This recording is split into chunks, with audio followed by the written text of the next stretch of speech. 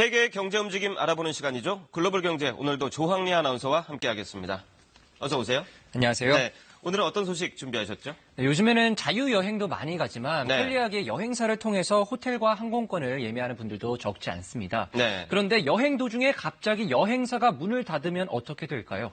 영국에서 이런 일이 실제로 일어났습니다. 지난 월요일 한 여행사가 파산을 했는데 전 세계 60만 명이 지금 오도 가도 못하는 상황에 부닥쳤습니다.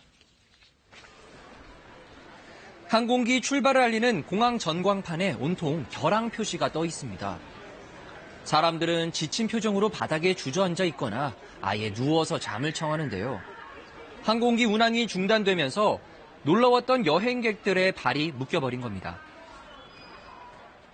Back to work tomorrow, but where we're flying to, we should be flying to Glasgow, and they told us we're flying to Birmingham now. 한 나라가 아닙니다. 현재 스페인, 그리스, 불가리아, 멕시코 등 전 세계의 수십 개국 공항마다 사람들로 인산이례를 이루고 있는데요.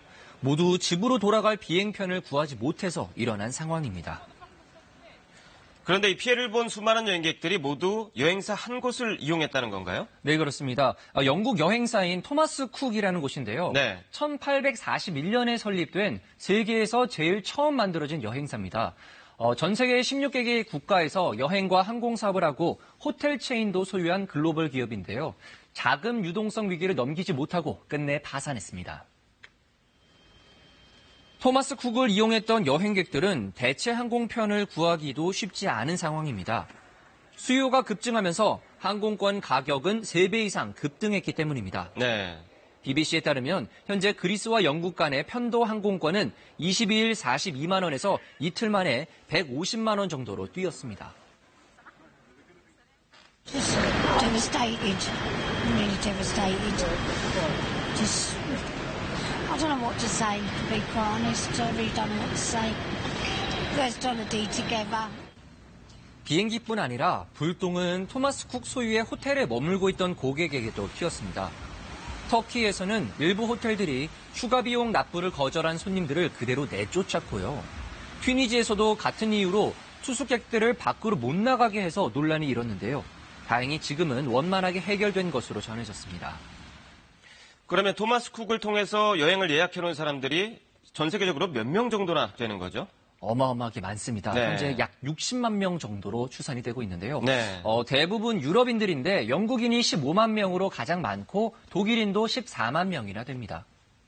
이 170년이 넘는 전통을 가진 그런 유명한 여행사가 이렇게 갑자기 파산한 이유는 뭔가요? 가장 큰 이유는 막대한 부채 때문입니다. 네. 누적 부채 규모가 17억 파운드, 우리 돈으로 2조 6천억 원에 달합니다.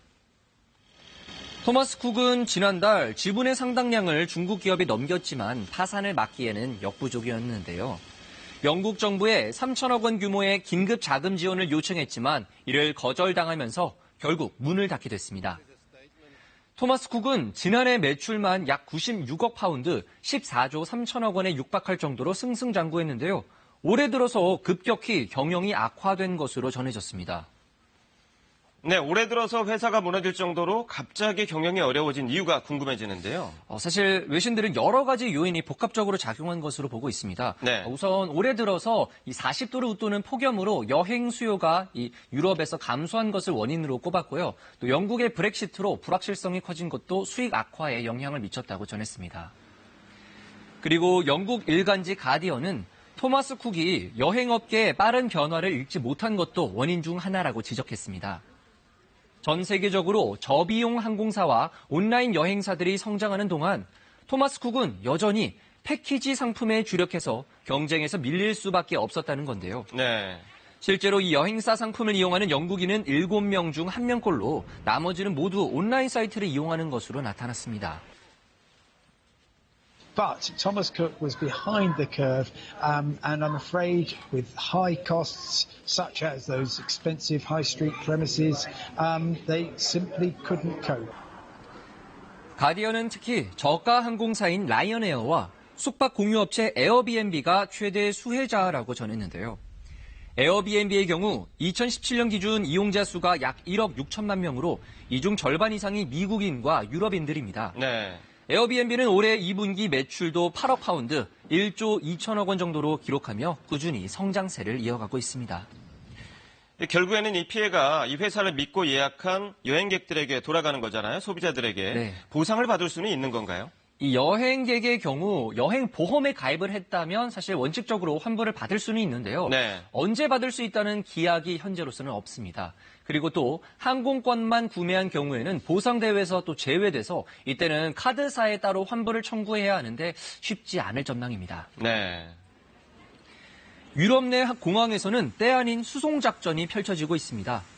각국 정부가 자국민들을 데려오기 위해서 수백여 편의 항공기를 투입하고 있는 건데요. 영국 정부는 약 2주가 걸릴 것으로 내다보고 있습니다.